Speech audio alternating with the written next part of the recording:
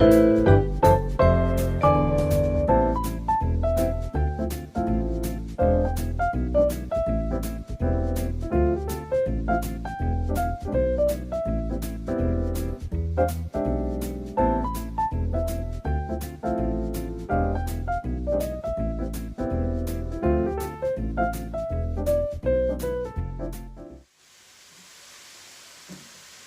may ask yourself, what's going on here? Are we doing this halfway through? Have we missed the beginning of the recipe? No, you haven't, don't worry. What I'm doing here is I'm sweating down some vegetables to make a nice minestrone soup. And there is nothing exciting about watching someone chop vegetables. So I've missed that bit off the beginning deliberately. What you've actually got here in the pan, let's give you a little list. I will put the recipe and the ingredients and everything below the video so you can check what you need. But basically what we've got in this pan is we have, let me just check on the paper and let's make sure I don't miss anything. We have about 6 rashers of bacon, and I've removed all the fat, and so all we've got are what they call the medallions, and it's smoked bacon. We've got 2 small red onions, finely chopped. We've got 2 carrots, peeled and chopped, 2 sticks of celery, trimmed and chopped, half a head of fennel, chopped, 3 cloves, I always have trouble with that for some reason, of garlic, peeled and finely chopped. And I've got a small bunch of basil. I've removed the leaves, I've set them to one side, I'll use them later. And I've chopped the stalks up very fine. And that's what's in there at the moment. I've just got it in the wok. It is going to go into the big pan in a little while, but I find, because I'm not using hardly any oil, all I'm using is a few sprays of fry light, I find that it's easier to sweat things down and soften them without them burning into the pan in the wok. So what I'm going to do now, I've had it up on high, and I'm just going to turn it down to very, very low, and I'm going to get a lid.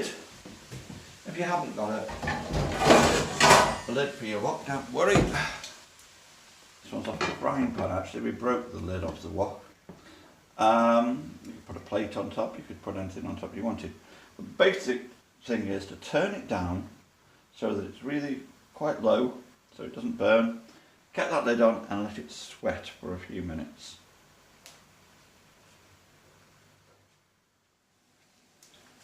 Right, so that's been sweating down now for about 10 minutes or so. And the vegetables are just starting to soften, which is exactly what you want. You don't want them to brown. It's very important. You don't want them to brown. You want them to still be fresh looking, but you do want them to soften. So that's probably enough there. Now, the next thing I'm going to do is I'm going to move that saucepan onto the heat. Nice big pan here, nice heavy cast iron pan. You can use whatever you want, but that's what I'm going to use. And I'm going to transfer all that into this pan now, because the next stage I'm going to add some liquid, and so I'm not concerned anymore that it might be going to catch on the bottom or anything like that. Once the liquid's in, it's not likely to catch. So what we're actually going to add, first of all, we're going to add some chopped courgettes. That's one large courgette chopped, or the recipe actually says 2 small courgettes, but I think 1 large is about fine. That's what I've got in the fridge, so that's what's going in. And then 2 tins of nice peeled plum tomatoes. You can use chopped if you want, I suppose, because they are in the end going to get squidged up in the mix. But this is actually a Jamie Oliver recipe. What I'm doing is I'm making it more or less sin-free by omitting all the oil that he adds and replacing that with fry light and gentle cooking. And I find that you can do that with so many recipes. You don't need all the oil.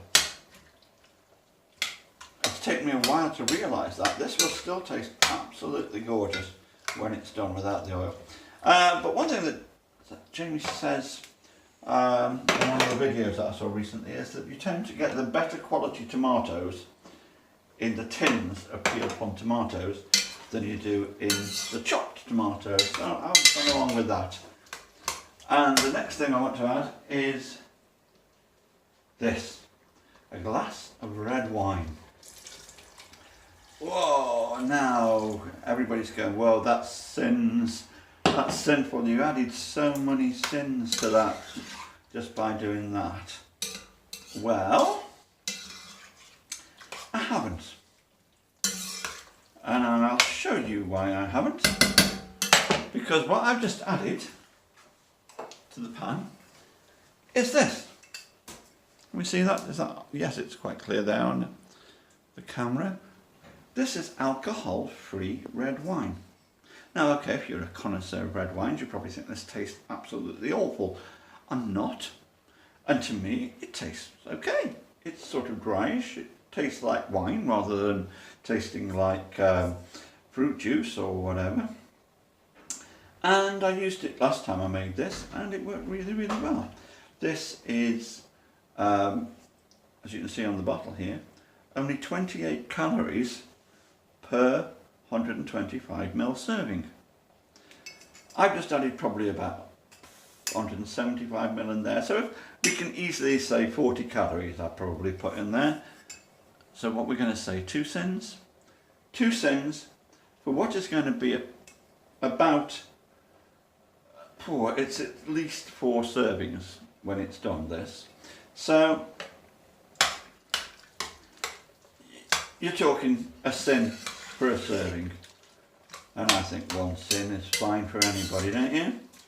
I think sometimes if you try and make things totally sin-free just for the sake of it, then you sacrifice too much. 2 or 3 sins here and there isn't a problem for anyone. So what we're going to do now, it's gently bubbling away under there. I'm going to keep the heat low underneath it, put the nice tight lid on and let it simmer away there for the next 15 minutes. Right, so that's been happily simmering away there on a very low heat for about 20 minutes, and it's time to add the next few ingredients, which are going to turn it into a soup. Now turn the heat up a little bit underneath it. First of all, 1 tin of cannellini beans. That's a 400g tin of cannellini beans. Gives you about 240 grams, I think, once you've drained the water away, which is about right. When Jamie Oliver does it, he does it with dried beans and soaks them overnight and does all this fancy stuff to them. I haven't got time for that. That's a tin of cannellini beans. It works absolutely fine. The next thing we're going to add is, there we go, this. This is a bag of spinach. This is a 240g bag of spinach. The recipe calls for 200g, but I don't see any point in wasting the last 40. Do not be afraid. If you have not put spinach into anything before, if you've not cooked with spinach, and I know there's people out there that won't have cooked with spinach, do not be afraid of how much that looks, because believe me, that is going to disappear down to very little once it starts sweating down and amalgamating with everything else that's in this soup. What looks like a lot will soon not look like a lot at all, and it adds a lovely flavour to the soup. To that we're going to add a pint, or just over 500ml, about 565ml I believe, of chicken stock. There we go. And last but not least, and this is another place where I have adapted the Jamie Oliver recipe a little, because what Jamie does at this point is he gets dried pasta, puts it in a bag and smashes it into pieces and adds that. Personally, I tried that last time and it was fine, but I found that the bits that I like best were the big pieces that hadn't smashed up. So this time I'm not going to do that. What I'm going to do this time is I'm going to add some macaroni.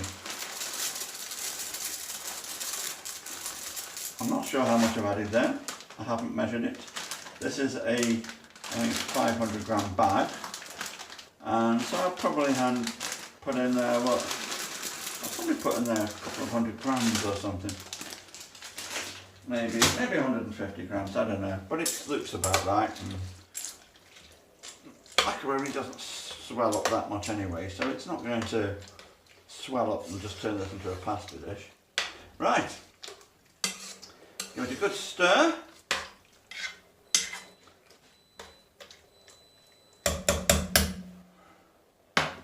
Put the lid back on and leave that there bubbling away until the macaroni is cooked. When the macaroni is nice and soft and cooked, it's done. And it's just a matter of serving it and dressing it. Okay, so this has now been simmering happily away for about 25 minutes or so, and I've just given it a bit of a taste, and the macaroni is cooked beautifully, so it's almost ready. But now one of the most important things, don't forget this bit. It's very important not to forget this bit, because this hasn't been seasoned. And so it's time to use your judgment.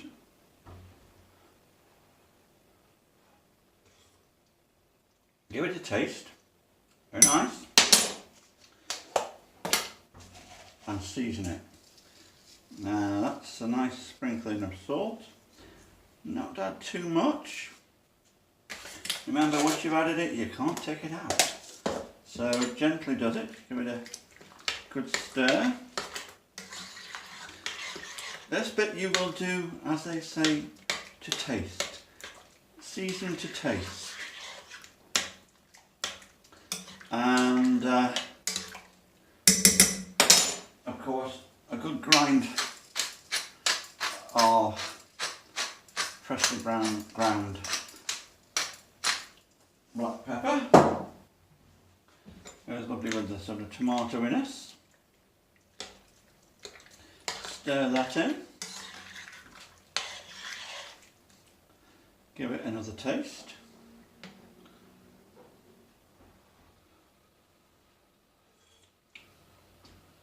That's just right for me. Everybody likes it differently. Some people like a lot of salt. I don't like too much. That's spot on. So all that's left now is to get it in the bowls and get it served. And there we go. There it is. One bowl of a very hearty autumn minestrone soup. Very nice for a nice lunch. All that's left to do is to scatter over a few basil leaves, roughly torn or chopped, whichever you want. These are the leaves that I took off the stalks that went into the soup originally. And serve it here alongside some grated Parmesan. Remember, you can have 30 grams of Parmesan cheese as your healthy extra A. And this, in this bowl, is actually 35 grams, but this is for sharing between Jane and I. So give it a sprinkle of Parmesan cheese to taste. I always reckon about that much is about right for me, so it's nowhere near my entire healthy extra A. There you go. That's it. I hope you've enjoyed watching. I hope you give it a try, give it a taste. You won't regret it. Until the next time, enjoy your slimming without sinning. Or so corny. Bye.